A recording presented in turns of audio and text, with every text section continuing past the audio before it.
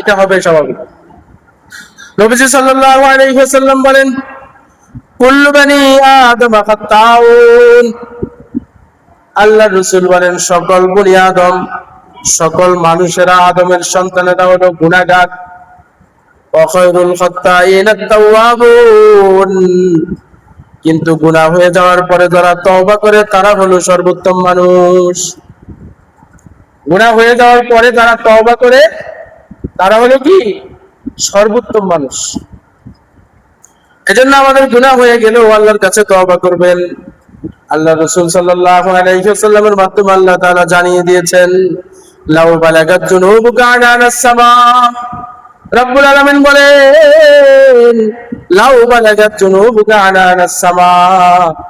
ও আমার বান্দারা, তোমাদের গুনাহ যদি আসমান এবং জমিনের খালি জায়গা পরিমাণ হয়ে যায়, আসমান ছুঁয়ে ছুঁয়ে যদি তোমার গুনাহ হয়ে যায়, সুম্মাস্তাগফারতানি, এরপরেও যদি তোমরা আমার কাছে আসো, আমার কাছে যদি গুনাহ মাফ চাও, তওবা করো, গফারতু লাকা। রব্বুল আলামিন বলেন, এই আসমান পরিমাণ গুনাহ হলেও তোমাদের সমস্ত গুনাহ থেকে আমি তোমাদেরকে মুক্তি দিয়ে দিব। আসমান পরিমাণ গুনাহ হয়ে গেলেও মুক্তি দিয়ে দিব। নবীজি সাল্লাল্লাহু আলাইহি ওয়াসাল্লাম বলেন, আত-তাইবু মিনাজ যামবি কামান লা যামবা লা।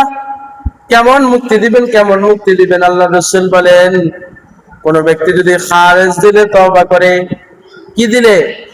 খালেস দিলে, এমন তওবা যে তওবা একবারে দিল থেকে, যে গুনাহ থেকে তওবা করতেছে এই গুনাহ জীবনে আর করব না এটা ভেবে খালেস দিলে যদি আল্লাহ তাআলার কাছে তওবা করে, আল্লাহ রাসূল বলেন, আত-তাইবু মিনাজ যামবি কামান লা যামবা লাহু। রব্বুল আলামিন সেই তওবাকারীকে এমন নিষ্পাপ করে দিবে, কামান লা যামবা লাহু, মনে হয় যেন তার আমলনামায় কোনো গুনাহই ছিল না। সুবহানাল্লাহ। এমন ভাবে নিষ্পাপ করে দিবেন, মনে হয় যেন তার আমলনামায় কোনো গুনাহই ছিল। রব্বুল আলামিন বলেন, না না, শুধু গুনাহ ক্ষমা করে দিব তা নয়, ইল্লা মান তাবা ওয়া আমানা ওয়া আমিলা আমালান সালিহা ফাউলাইকা ইউবাদদিলুল্লাহু সাইয়্যাতিহিম হাসানাত। রব্বুল আলামিন বলেন, গুনাহ হয়ে যাওয়ার পরে ইল্লা মান তাবা, যারা তওবা করবে, ওয়া আমানা, আল্লাহর উপর পরিপূর্ণ বিশ্বাস আস্থা ঈমান আনবে, ওয়া আমিলা আমালান সালিহান, এরপর গুনাহ হয়ে যাওয়ার পরে আল্লাহর কাছে তওবা করে নেক আমল করা শুরু করে দিবে। রব্বুল আলামিন বলেন, ফাউলাইকা ইউবাদদিলুল্লাহু সাইয়্যাতিহিম হাসানাত। আল্লাহ তাআলা তার সেই বান্দার উপর খুশি হইয়া তার জীবনের সকল গুনাহকে নেকি দ্বারা পরিবর্তন করে তার আমলনামাকে ভরে দিবে। করছি গুনাহ, করছি কি? গুনাহ। এটা আমার কথা না আল্লাহর কথা? ফাউলাইকা ইউবাদদিলুল্লাহু সাইয়্যাতিহিম হাসানাত, স্পষ্ট কোরআনের আয়াত। করছো অনেক গুনাহ, আলোয় করেছো, আধারে করেছো, প্রকাশ্যে করেছো, গোপনে করেছো, কেউ জানতো না, আমি জানতাম। আমার কাছে তওবা করছো, ঈমান আনছো, আমল করা শুরু করে দিছো। রব্বুল আলামিন বলেন, তোমাকে আমি এত বেশি পুরস্কার দিব। কি পুরস্কার? শুনো, তোমার জীবনের সমস্ত গুনাহকে আমি নেক আমল দ্বারা পরিবর্তন করে দিব। তো আমাদের জীবনে যদি হাজারো গুনাহ হওয়ার পরেও যদি তওবা করি, আর তওবা যদি খালেস নিয়তে হয়, আল্লাহ যদি সকল গুনাহ মাফ করে দেয়, তাহলে আমাদের মৃত্যু তো এমনিতেই মানে শহীদ হবে।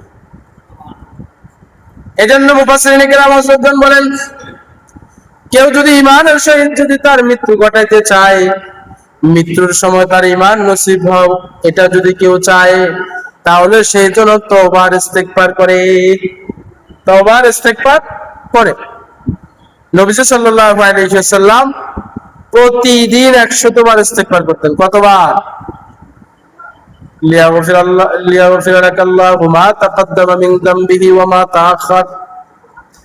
আমাদের নবী তো এমন নবী ছিলেন যিনার আগের জীবনের সমস্ত গুনাহ মাফ করে দিয়েছেন আল্লাহ তাআলা, পিছনের জীবনের সমস্ত গুনাহ মাফ করে দিয়েছেন আল্লাহ তাআলা। মাসুম ছিলেন, নিষ্পাপ ছিলেন। নবীরা কি? নিষ্পাপ। নবীদের জীবনে কোনো গুনাহ নাই।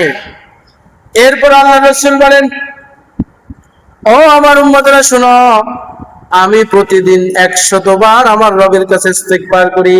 কতবার?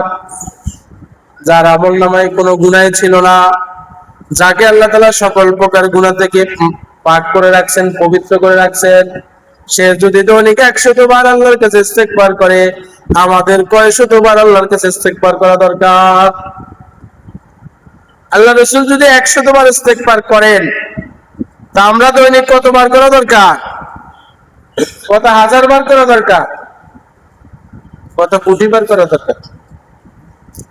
এজন্য মুফাসসিরিনে কেরামগণ বলেন, হে ঈমানদারেরা, হে মুসলমানেরা, তোমরা কি তোমাদের মৃত্যুকে ঈমানের সহিত চাও? তোমরা কি মরণের সময় তোমাদের ঈমান নসিব হোক এটা যদি চাও, তাহলে তোমরা বেশি বেশি ইস্তেগফার করো। বেশি বেশি ইস্তেগফার করার কারণে রব্বুল আলামিন তোমাদের সকল গুনাহ মাফ করে দিবেন। আর যখন তোমাদের সকল গুনাহ মাফ হয়ে যাবে, রব্বুল আলামিন তোমাদের জন্য আসমান থেকে মৃত্যুর আগে ফেরেশতা পাঠিয়ে দিবেন। আর ফেরেশতা এসে তোমাদেরকে সুসংবাদ দিয়ে দিবে, ওয়া আবশিরু বিল জান্নাতিল্লাতী কুনতুম তুআদুন। ও আল্লাহ তাআলার অনুগত বান্দারা, ভয় নাই, চিন্তা নাই, তোমরা সুসংবাদ গ্রহণ করো। আল্লাহ তাআলা তোমাদের কাছে আমাদেরকে জান্নাতের সুসংবাদ নিয়ে পাঠাইছে। কিসের সুসংবাদ নিয়া? কিসের বিনিময়ে অর্জিত হবে? তাওবা ইস্তেগফারের বিনিময়ে। কিসের বিনিময়? আল্লাহ রাসূল বলেন, যদি সাগরের ফেনা পরিমাণ তোমাদের গুনাহ হয়ে যায়, পাহাড় সম পরিমাণ যদি গুনাহ হয়ে যায়, এরপরেও যদি কেউ আল্লাহ তাআলার কাছে ইস্তেগফার করে, তওবা করে, রব্বুল আলামিন যত বেশি গুনাহ হোক, যে পরিমাণ গুনাহ হোক, বান্দার সকল গুনাহ মাফ করে দিবেন।